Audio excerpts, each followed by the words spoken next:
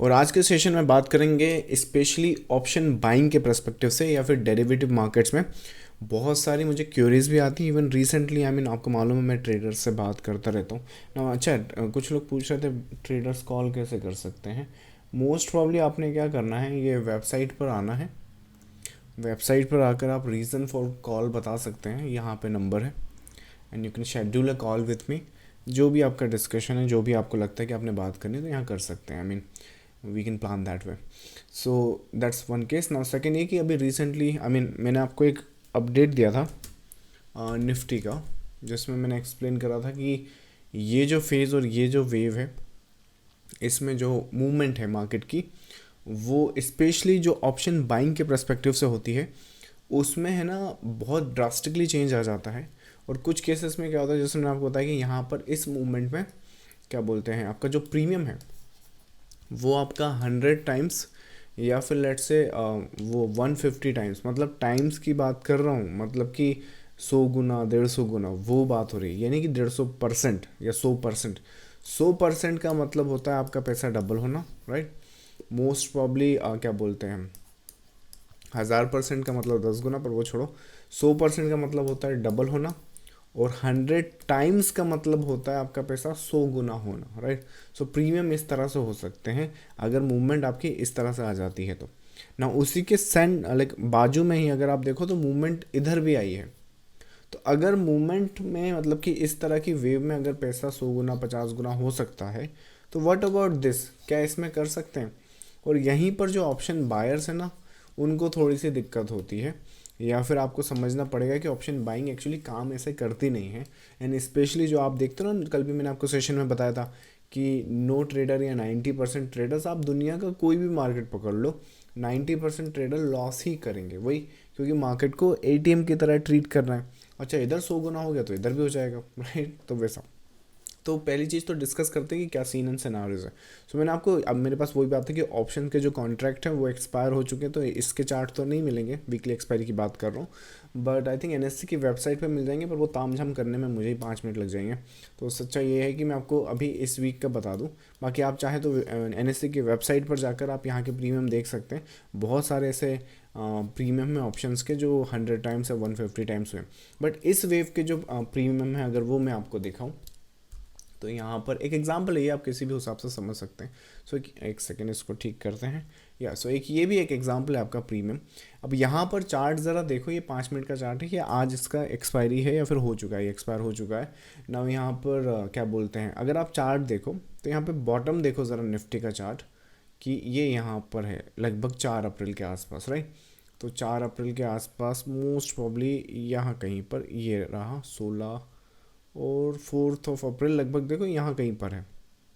अब उसमें देखो जो प्राइस है, ये आपका कॉल ऑप्शन है।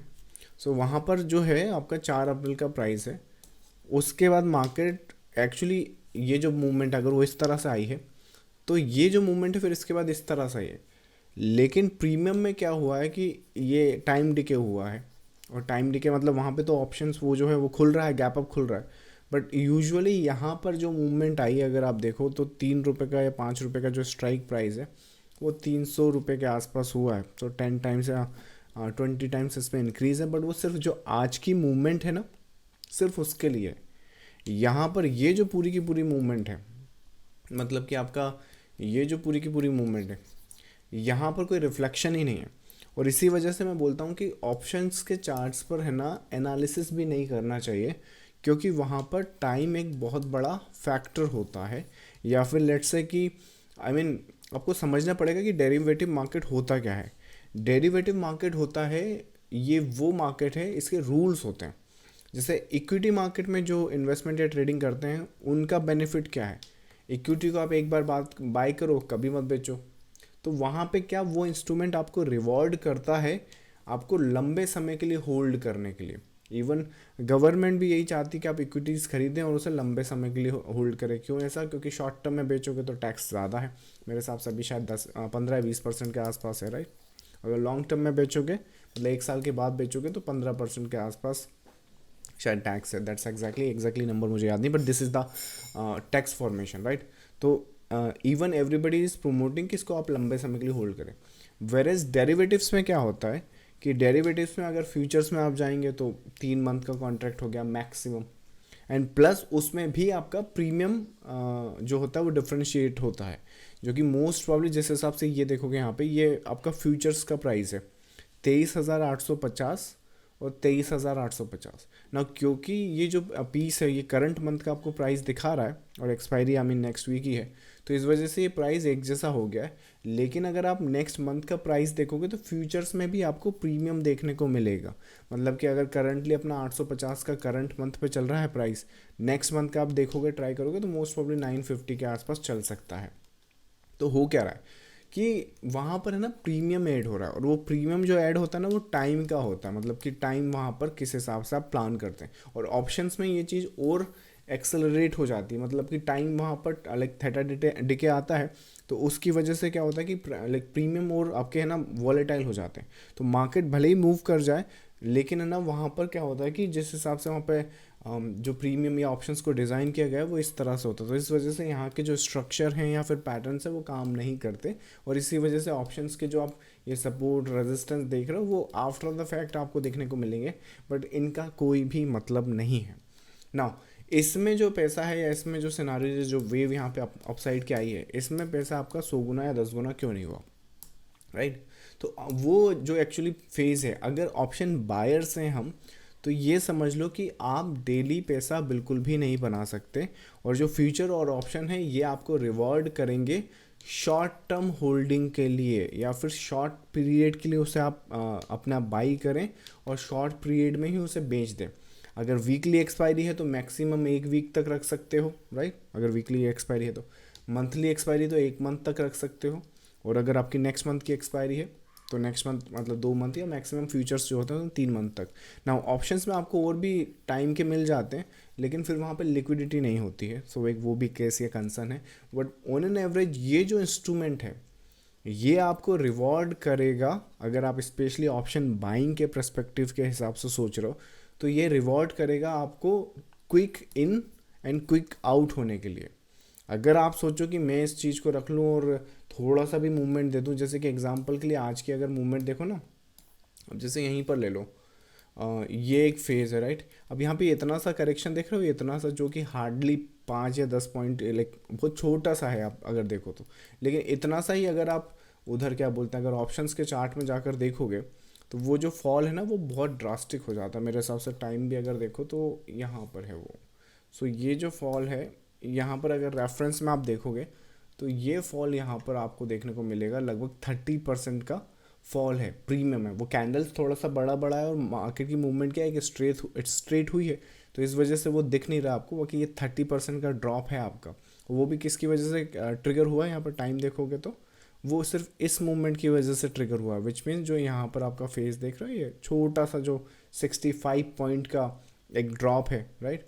वो यहाँ पर किस तरह से आपका एक 30% का ड्रॉप हो सकता है, क्योंकि जो प्रीमियम है वो आपका प्राइस उस हिसाब से ही मूव करता है।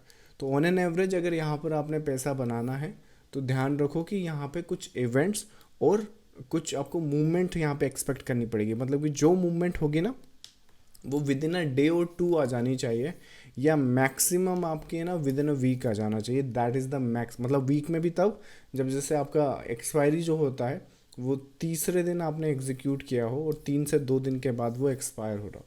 तो रीज़न जो आपको यहाँ पर दिखेगा कि ये जो प्रीमियम है आपका वो यहाँ पे लार्जर स्केल पे ब्लो अप किया हुआ है, क्योंकि वो एक दिन की मूवमेंट है।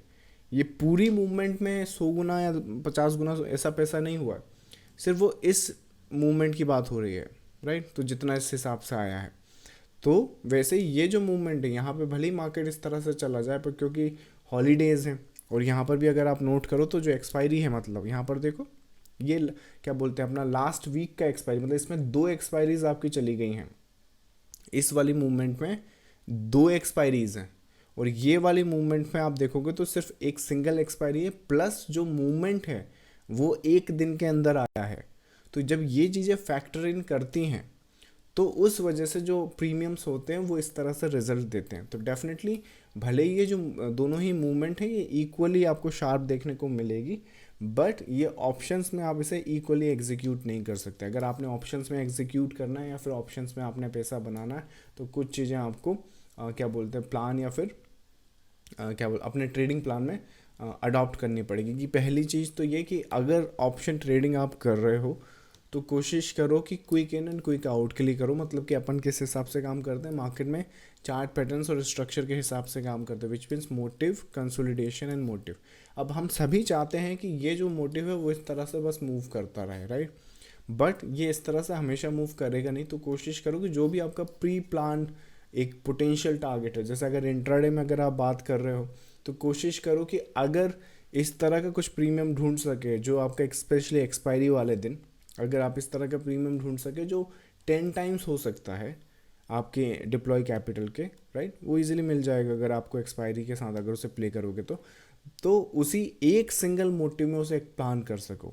अगर उसने मान लो ये एक वेव साइकिल होता है और ये कंसोलिडेशन होता है और ये एक वेव साइकिल होता है, मतलब कि जैसे ये वेव जो है आपने सोचा कि मैं टारगेट यहाँ रख दूँ, लेकिन ये वाला साइकिल ख़त्म हो गया, तो ऑप्शंस में आपको ये ट्रेड एग्जिट करना पड़ेगा, भले ही आपका पोटेंशियल टारगेट आ जाए। क्योंकि इतना सा जो करेक्शन देख रहे हो ना आप, इतना सा करेक्शन पता है ऑप्शंस में आपका ये जो मोटिव जिस पे आप खड़े हो वो भी आपका वाइप आउट कर सकता है और फिर उसके बाद ऐसे करेगा।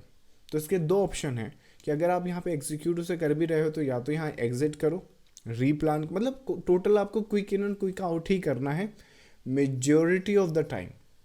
और साल में कम से कम आप मान के चलो 10 से बस 15 ऐसी ट्रेड करनी है जिसमें आप अपनी कैपिटल को, वही बात है कि 50 टाइम्स या 100 टाइम्स कर सकते हो, राइट। तो साल में सिर्फ ऐसी ट्रेड सेटअप्स आपको इतनी ही मिलनी है, रोज बिल्कुल भी नहीं मिलनी है, राइट। तो उस चीज़ को सोचो। इवन आज भी जो मार्केट में मूवमेंट हुई है, आज एक्सपायरी है, राइट, तो ये मत सोचना कि नेक्स्ट एक्सपायरी भी ऐसी मूवमेंट हो जाएगी और हम अपना पैसा, अच्छा 3 रुपये का प्रीमियम है 300 रुपये कर लेंगे। आई मीन आपको वेट करना पड़ेगा और उसके हिसाब से जब वो ट्रिगर हो, मतलब कि समझो हर एक मूवमेंट को पकड़ना नहीं है, और जब वो मूवमेंट आ रही है तो उसे ठीक से प्लान करना है और ठीक से एग्जीक्यूट करना है। हर एक ट्रेड सेटअप से एक्सपेक्ट नहीं करना है कि 300% या 400% हो जाएगा, बट साल में यस आपको 10 से 15 ऐसी ट्रेड करनी पड़ेगी जब आपका जो कैपिटल है वो आपका 10 टाइम्स, 50 टाइम्स या 100 टाइम्स हो सके या एग्जीक्यूट हो सके। क्योंकि ये वही ट्रेड सेटअप्स हैं जो आप क्या बोलते हैं, जिनसे आप बिग प्रॉफिट बनाओगे। और अगर ये नहीं होगा, मतलब कि मैं बता ये रहा हूँ कि अगर ऑप्शन बायर हो और अगर इस तरह की ट्रेड सेटअप्स प्लान नहीं करोगे तो जो आपकी ये इन आउट वाली ट्रेड सेटअप्स हैं ये हार्डली आपको या तो ब्रेक इवन के आसपास रखेंगी या थोड़ा बहुत ग्रोथ दे देंगे। लेकिन जिस चीज़ के लिए आपने ऑप्शन एग्जीक्यूट किया है, फिर जिस हिसाब से आप उसे प्लान करते हैं, अगर वो चाहिए, मतलब कि ये चाहिए, तो उसके लिए आपको मैक्सिमम प्रॉफिट ढूंढना पड़ेगा। और जब मैक्सिमम प्रॉफिट आप सोच कर देखो, पूरे साल में 10 से 15 या 10 से 20 ही हैं, तो महीने में कितनी हो गई, 1 से 2।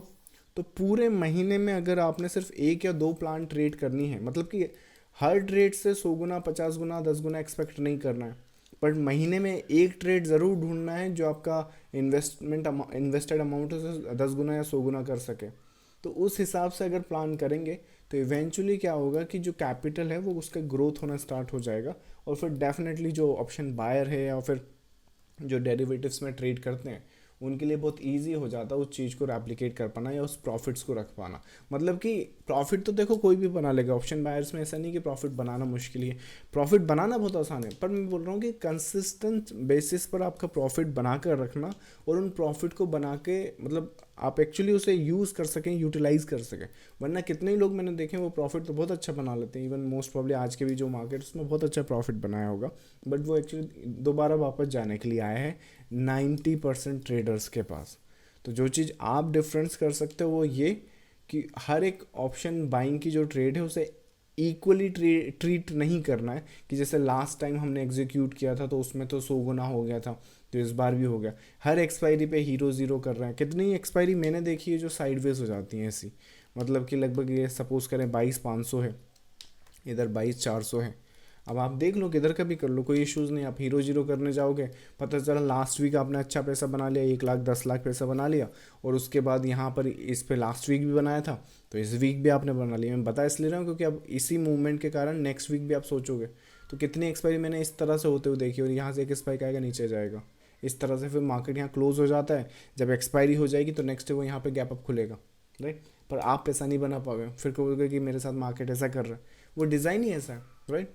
तो उस डिज़ाइन का फ्लॉ नहीं है वो, आपको उसके साथ काम करना आना चाहिए। और जब काम करना आप सीखोगे तो ईजिली वहाँ पे आप चाहे ऑप्शन बाइंग करो, ऑप्शन सेलिंग करो, डेरिवेटिव्स में फ्यूचर्स ट्रेड करो, या फिर लेट्स से इक्विटी ट्रेड करो। मैं बहुत बड़ा एडवोकेट हूँ कि आपको हर एक इंस्ट्रूमेंट को ट्रीट करना आना चाहिए, चाहे डेरिवेटिव्स हो, इक्विटीज़ हो, लॉन्ग टर्म इन्वेस्टिंग हो, ताकि सब एक दूसरे पर बने हों। लेकिन वो ट्रेडर्स जो कहेंगे कि हम ऑप्शन बाइंग से ही कमाएंगे, हर बार कमाएंगे, तो ये थोड़ा सा रिस्की है। या फिर हर बार लाइक ऑप्शन सेलिंग या ऑप्शन से ही ट्रीट करना है, तो वो रिस्की हो जाता है। तो आई थिंक आज के सेशन को छोटा रखते हैं, but this is my nutshell में यही एक एक्सप्लेनेशन है कि जो रीज़न है ऑप्शन बाइंग या ऑप्शन बायर्स के पैसा ना बनाने के, मतलब कंसिस्टेंस बेसिस पर, वो यही है कि हर एक ट्रेड से वो क्या बोलते हैं, एक्सपेक्टेशन उनकी हाई होती है, और जो मार्केट का रिएक्शन होता है, even if the market moves in their direction, तो एग्जीक्यूशन उनका फोमो में होता है, या फिर मार्केट का जो प्रीमियम है वो उस तरह से रिवॉल्ट करता नहीं है जिस हिसाब से उन्होंने सोचा है। So I think that's the case here. चलिए इस सेशन के रिगार्डिंग अगर आपके कुछ क्वेरीज हैं तो वो आंसर करते हैं। आपके जो यूट्यूब पर इस क्या बोलते हैं, इस सेशन को देख रहे हैं, अगर ये क्या हो गया लाइव सेशन, इस लाइव सेशन में आना चाहते हैं तो ये टेलीग्राम चैनल आपने ज्वाइन करना पड़ेगा, जिसका लिंक आपको वीडियो के डिस्क्रिप्शन में मिल जाएगा। यहाँ पर आकर आप सीधा लाइव मुझसे जुड़ सकते हैं। अच्छा, एक और बता दूँ, मास्टर क्लास के लिए रजिस्ट्रेशन स्टार्ट हो गए हैं। We are conducting a master class, free है मास्टर क्लास। अपनी वेबसाइट पे आएंगे ना, तो यहाँ पर इस मास्टर क्लास में रजिस्टर कर सकते हैं 27 अप्रैल को, बिगिनर्स के लिए जो चार्ट पैटर्न्स और वेव ट्रेडिंग के बारे में और जानना चाहते हैं, डिस्कस करना चाहते हैं। आई मीन लिटरली ट्रेड करना तो आपको यूट्यूब पर बहुत सारे वीडियोज़ है जिससे आप ट्रेड करना सीख सकते हो, बट एक्चुअली अगर आपको ट्रेड करना देखना है कि chart patterns and technical analysis की प्योर फॉर्म समझना, प्राइस एक्शन देखना है, तो ज़रा वेव ट्रेडिंग या वेव एनालिसिस पे फोकस करो। इस मास्टर क्लास को ज्वाइन करो, डिस्कस की चार्ट पैटर्न्स कैसे आपकी ट्रेडिंग स्टाइल चेंज कर सकते हैं। प्लस ना सिर्फ आप वहाँ पे ट्रेड करना सीखोगे, बल्कि अपनी कैपिटल को एक्चुअली ग्रो करना सीखोगे कि ग्रो कैसे करना। देखो इवेंचुअली हमारा गोल क्या है, हमारा गोल ट्रेड करना नहीं है, हमारा गोल यहाँ से पैसा निकालने का था, राइट। अब अगर सपोज करें जिस हिसाब से मार्केट अपने आप को रिप्रेजेंट करता है 1 साल या 3 साल, तो 1 साल से लेकर 3 साल तक का अगर आपका टाइम फ्रेम है कि देखो मार्केट तो फुल टाइम करना है, पर मुझे पर्सनली ऐसा लगता है कि अगर कोई ट्रेडर सही से काम करे और उसका कैपिटल अगर 1 लाख से लेकर 3 लाख के बीच में है या 5 लाख के बीच में है, तो मोस्ट प्रॉब्ली आप इसको आराम से ग्रो करते करते, अगेन वो एक ट्रेड में नहीं होगा, पर ग्रो करते करते करते करते इवेंचुअली इसमें भी कोई टाइम लगेगा आपको, मतलब फिक्स है कि वो 1 साल में नहीं हो जाएगा या फिर 3 साल में ना हो जाए, बट ऑन एन एवरेज इतना ही टाइम लगता है, उसे आप आराम से 1 CR तक ले जा सकते हैं। So how to reach your first CR, I mean this is something very interesting which we can actually discuss and help you build that corpus. So I think that's the master class. चलिए queries आपके answer करते हैं। What is Voltas daily chart में third wave में है क्या? I think Swapnil ये क्या बोलते हैं, प्रीमियम ग्रुप का क्यूरीज है। चार्ट पैटर्न से किसी पर्टिकुलर स्क्रिप्ट पर अगर आपका कोई क्वेरी है तो कोशिश करो, इट्स वेरी अफोर्डेबल, आपको वहाँ पे मिल जाएगा, ये यहाँ पे आप पूछ सकते हैं, इन डेप्थ वहाँ पे डिस्कस करते हैं। बाकी मुझे लगता है शायद आप ये क्वेरी दूसरी बार पूछ रहे हो, चलिए तो उसको एक बार देख ही लेते। पर इशू पता क्या हो जाता है, मैं अभी ये क्यूरी आंसर कर रहा हूँ, कल के सेशन में देखना, कल तो मार्केट बंद है, पर कल के नेक्स्ट सेशन में देखना मुझे 2-4 ऐसी क्यूरीज मिलती हैं, तो इसी वजह से यहाँ अवॉइड करता हूँ इन क्यूरीज को आंसर करना। और रही बात क्या ये वेव थर्ड वेव में है क्या, तो वो समझाना पड़ेगा आपको, मुझे चार्ट भेजना होगा, इसी वजह से मैंने आपको बताया कि यहाँ पे ज्वाइन करेंगे ना तो टेलीग्राम पर चार्ट आप सेंड कर सकते हैं ना। अगर आप पूछ रहे हो कि क्या ये वेव थर्ड वेव है, तो ये वेव थर्ड नहीं है। अगर आप पूछ रहे हो कि यहाँ से थर्ड में एक्सपेक्ट कर सकता हूँ, तो वो भी थर्ड नहीं है, क्योंकि इसका जो रेजिस्टेंस आएगा ना वो यहाँ ही कहीं पर है। सो जो ओवरऑल स्ट्रक्चर आपको दिख रहा है यहाँ पर, ये जो फेज़ है यहाँ पे, लाइक ये जो स्ट्रक्चर यहाँ पे डेवलप हुआ है, तो इस पैटर्न और स्ट्रक्चर को समझना होगा कि किस हिसाब से यहाँ पे बन सकता है। अगर वीकली बेसिस पे बात करें तो डेफिनेटली ये जो फेज़ है 3 वेव का कंप्लीट तो है, राइट। और जिस हिसाब से यहाँ पर आपका ये सेल ऑफ हुआ है, यहाँ पर जो जिस तरह से स्ट्रक्चर दिख रहा है, क्योंकि ये टैग नहीं हुआ है ना, तो थोड़ा सा कंजर्वेटिव हमने रहना होता है। बट इवेंचुअली मुझे ऐसा लगता है कि जो बायर्स हैं वो पूरी कोशिश करेंगे यहाँ पर एक बाइंग मोमेंटम को ट्रिगर करने की, जब तक ये लोज आपके टैग नहीं होते हैं। और जब वो लाइक आपकी जो बाइंग में मोमेंटम आ जाए और आपका जो रेजिस्टेंस है वो यहाँ पे वायलेट हो जाए, तो मोस्ट प्रॉब्ली जिस तरह से स्ट्रक्चर दिख रहा है, ये जो फेज दिख रहा है, ये इसको मिनिमम इतना ट्रिगर करेगा। ना ये क्या ये थर्ड होगा या थर्ड की तरह एंटिसिपेट कर सकते हैं, वो थोड़ा सा रिस्की है, क्योंकि यूजुअली थर्ड लॉन्गेस्ट होता है, बट इसका जो पॉसिबल रेजिस्टेंस है वो यहीं कहीं पर मिलता है। सो उस फेज़ में, उस सिनारियोज में इसी पैटर्न और इस स्ट्रक्चर पे फोकस हमने करना होगा। But this is the pattern and the structure. मैंने कितने ही आई थिंक यूट्यूब पर इतने 5 या 10 मिनट, अभी आज की बात है, कुछ 5 या 10 मिनट का एक टेक्निकल एनालिसिस था निफ्टी पर। यू वुडंट बिलीव कि आई मीन ये वोल्टास हो गया, एग्जांपल बता रहा हूँ, चाहे कुछ भी हो जाए, ये इस तरह से कुछ हो जाता है उनका analysis. So this is not the analysis what you looking for, you should be looking for the pattern. अगर आप पूछ रहे हो कि ये क्या थर्ड वेव है, तो not the third wave but the possible corrective structure within this phase. So that's the answer to your query. Hopefully next session में चार्ट्स के रिलेटेड क्यूरीज ना आए। नेक्स्ट है आपका, what is your total portfolio size. Portfolio size I mean ऐसे explain नहीं कर सकता मैं किस हिसाब से, बट इन्हें रफ अगर आप पूछ रहे हैं, देखो अगर टोटल पोर्टफोलियो पूछ रहे हो जिसमें रियल एस्टेट भी अगर मिला दोगे, रिसेंटली मुझे लास्ट ईयर से रियल एस्टेट मैंने स्टार्ट किया है, तो इट्स अराउंड 15 करोड़ के आसपास है। बट दैट्स अगर आप इक्विटी की बात करोगे, ये चैनल जो है वो मार्केट के आसपास ही, राइट। सो करंटली जो डाउनवर्ड ट्रेंड आया है, जिसमें जो करेक्शन आया है, राइट, और करेक्शन के हिसाब से करंट प्राइस के आसपास देखोगे तो आई एम मैनेजिंग 9.5 CR के आसपास एक मोटा मोटा पोर्टफोलियो है। So that's the total size of the portfolio. Next आपका, सर मार्केट स्टार्ट करना है सीरियस लेवल पर, मिनिमम कितना कैपिटल रिक्वायर्ड रहेगा, प्लीज़ गाइड। मार्केट अगर आपको सीरियस लेवल पे मतलब कि फुल टाइम या फिर लेट्स से कंसिस्टेंस बेसिस पे यहाँ पर आप हमेशा बना रहना चाहते हैं, लाइफ लॉन्ग मार्केट को स्टार्ट करना चाह रहे हैं, तो देखो लर्निंग तो आपकी 1 से लेके 10,000 में हो जाएगी, राइट। डिपेंड करता है कि किस हिसाब से आप उसे एग्जीक्यूट कर सकते। ये आपका लर्निंग कैपिटल है ना। जैसे मैंने कहा कि डिपेंड करता है कि आप इसको किस हिसाब से, देखो जितना अच्छा कैपिटल होगा उतना अच्छा। अब मुझे ना आपकी एज पता है ना आपका रिस्क एपेटाइट पता है, आपने बस एक सीधा सा क्वेश्चन मुझसे पूछ लिया, राइट, तो मैं एक जेनेरिक आंसर ही कर सकता हूँ। सो जेनेरिक आंसर ये है कि 1 से 10,000 में लर्निंग हो जानी चाहिए मोस्ट प्रॉब्ली। और फिर जो ट्रेडिंग कैपिटल है, that is personally I believe कि जो भी आपका ट्रेडिंग कैपिटल है, डेफिनेटली 1 लाख से कम होगा ना तो बहुत, आई मीन मुझे ऐसा पर्सनली लगता है 1 लाख से कम जो भी ट्रेडिंग कैपिटल है वो लर्निंग कैपिटल ही होती है, आप उसे सीख रहे होते हैं। क्योंकि देखो 1 लाख में आप कर क्या सकते हो, ना फ्यूचर ट्रेड कर सकते हो, ना ढंग से इन्वेस्टमेंट कर सकते हो। 1 लाख का भी इन्वेस्टमेंट करके अगर आपने लेट से साल का 15% बना लिया तो कितना मिलेगा, 15,000 रुपये। अब 15,000 में करोगे, अब बोलो आप इस पर कंपाउंडिंग लगाओगे, अब इस पर कंपाउंडिंग कहाँ से, बेस कैपिटल ही बहुत कम है, राइट। समझो चीज़ को, तो क्या कर सकते हैं, 1 लाख से या ट्रेडिंग स्टार्ट कर सकते हैं इसको 1 लाख से। अगर जैसे मैंने कहा कि हम लोग पैटर्न्स और स्ट्रक्चर पर डिस्कस करते हैं, तो कोशिश करेंगे इसको जैसे जैसे आप जल्दी से जल्दी 10 लाख तक ले जाएं और 10 लाख को 1 CR तक ले जाएं, और 1 CR के बाद एक कंफर्टेबली आप जो भी आपका 10 CR 100 CR का गोल है वहाँ तक पहुँचे। सो मुझे लगता है जो बंदा 1 लाख का 10 लाख कर सकता है, वो 10 लाख का आपका 1 करोड़ भी कर सकता है, वो 1 करोड़ का 10 करोड़ कर देगा, वो 1 लाख का 100 करोड़ भी, और 10 करोड़ का 100 करोड़ भी कर देगा, राइट। तो ये प्रोसेस है, आपको रिपीट करनी है, right.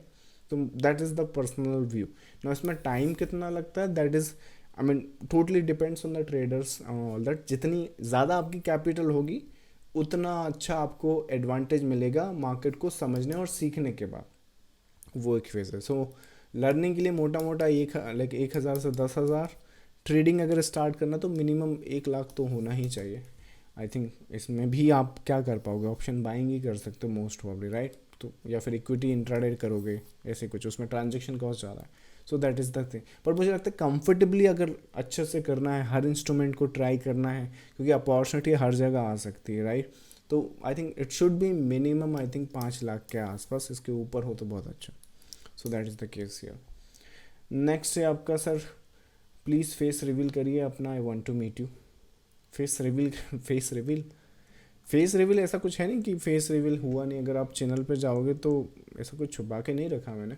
It's just the privacy concern रहता है, but I mean regardless the case होता क्या है, देखो आपको ऐसा लगता है कि दुनिया पूरी ग्रीन है और हर जगह खुशियाँ ही खुशियाँ बट रही, राइट। यू डोंट नो कि हम लोगों का फैमिली बैकग्राउंड कैसा है, राइट। हम लोगों का जहाँ हम रहते हैं वहाँ का लोकलाइट सिचुएशन कैसा है। सो अगर ऐसे पर्सनली लाइक चीज़ें कितना दिखाते तो नज़र लग जाती। बाकी फेस रिवील की अगर आप पूछ रहे हो तो ऐसा नहीं है कि फेस नहीं, ये रहा फेस, आप देख लोगे यहाँ पे। दिस इज़ आई थिंक 4 साल पुराना है फ़ोटो वो, 4 या 5 साल पहले। बाकी इंस्टाग्राम पर है आई थिंक। अगर मुझे लगेगा तो you can go to the Instagram, most probably Instagram होगा, लिंक टेलीग्राम पे मिल जाएगा आपको। Let's join there. अगर आपको मिलना है तो ये हॉलीडेज़ प्लान कर सकते हैं हमारे साथ। नेक्स्ट हॉलीडे डेफिनेटली मैं प्लान करने वाला हूँ। So this is the project जो मुझे करना है।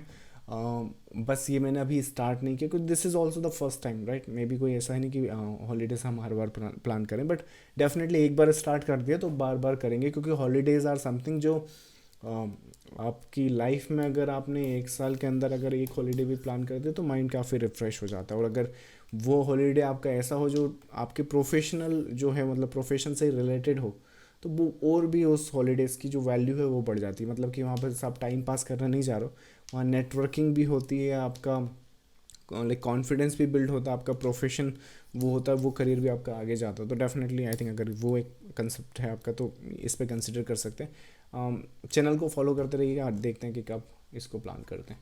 वैसे अप्रैल में था मुझे प्लान करने का, बट लेट्स सी। चलिए नेक्स्ट है आपका, सर मैं beginner from where I can start. मैं पहले निफ्टी में इन्वेस्ट करूँ या नॉर्मल स्टॉक में?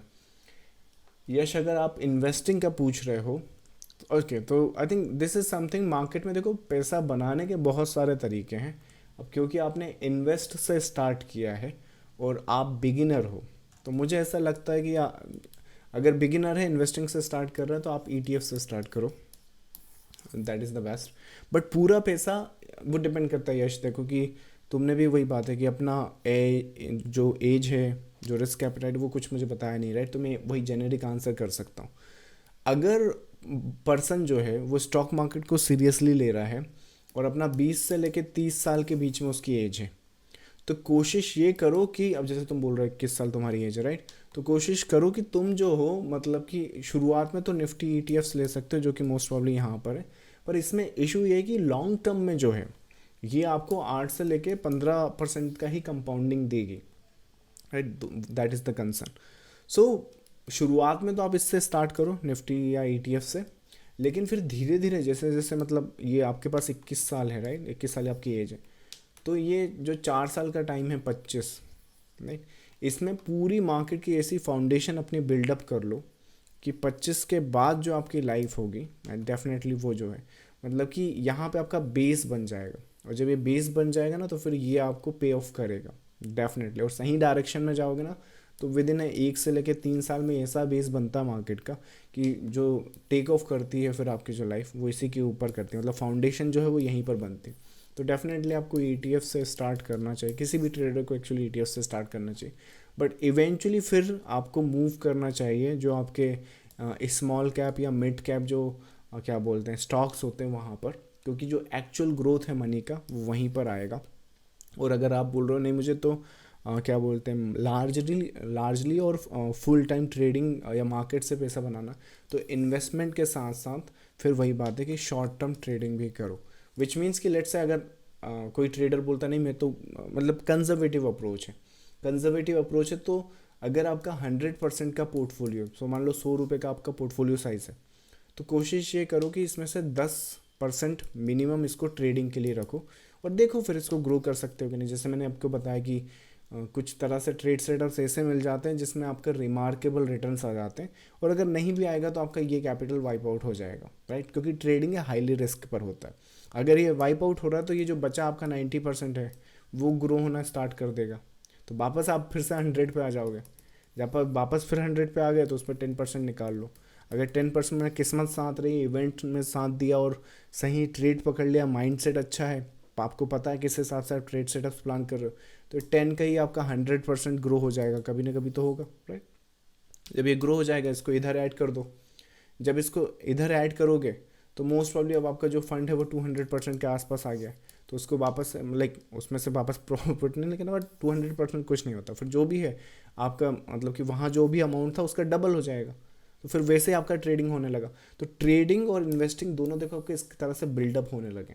इवेंचुअली आज से 10-15 साल बाद देखोगे तो जो भी आपके अभी लाइक स्टार्टिंग कैपिटल, ये मैं आपको गारंटी कर सकता हूँ कि इवेंचुअली मिनिमम आप 10 CR के कॉर्पस पे बैठ सकते हो, सही डायरेक्शन में अगर काम करें तो। दैट्स फॉर श्योर, ये गारंटी है। So that's I think the case. Do you have any playlist to learn? Playlist तो आई थिंक एक दिन मैंने देखी थी, वो मुझे मिली नहीं। अरे मैंने यहाँ पर क्लिक किया था, अरे उस दिन नहीं मिली थी, अभी मिल गई थी। ये प्ले लिस्ट है, कुछ यहाँ पे देख सकते हो, वीडियोस पे आ सकते हो, यहाँ पे कुछ पॉपुलर्स पे क्लिक कर सकते हो, राइट। ये वीडियोस कुछ ट्राई कर सकते हो, राइट। वेव एनालिसिस पे ये करेक्टिव स्ट्रक्चर है, ये एक बेसिक थ्योरी पे पैटर्न कर रहा था, बहुत दिनों से नहीं करा, may be will repeat that. उसके बाद अपना एक ये रजिस्ट्रेशन है, इसके लिए आप कर सकते हो, यहाँ पर आ जाओ, विल डिस्कस इन डेप्थ। ये जो सेशन है ये यूजुअली मैं यूट्यूब पर नहीं डालूंगा, तो डेफिनेटली अगर आप इन सेशन में आना चाहते हैं तो लाइव आइएगा, क्योंकि देखो लाइव में भी एफर्ट डालूंगा तो वो जो सीरियस ट्रेडर्स हैं वो भी लाइव आएंगे तो ज़्यादा अच्छा है। So we can plan that. So I think यहाँ से आप स्टार्ट कर सकते हो। चलिए, so I think that seems like a last story, आज के लिए इतना रखते हैं। So thank you so much for joining the live session. I wish you all the success and I think आज का ट्रेडिंग वर्ड होगा, क्योंकि हम जो ट्रेडर्स हैं उनको चाहिए अपनी लाइफ में सक्सेस, तो सक्सेस ही रखते हैं। चलिए, so success is the comment of the word which we would be doing on the video. जाने से पहले वीडियो को लाइक शेयर कर दीजिएगा। मैं मिलूंगा आपको नेक्स्ट लाइव सेशन में। Thank you so much, bye bye.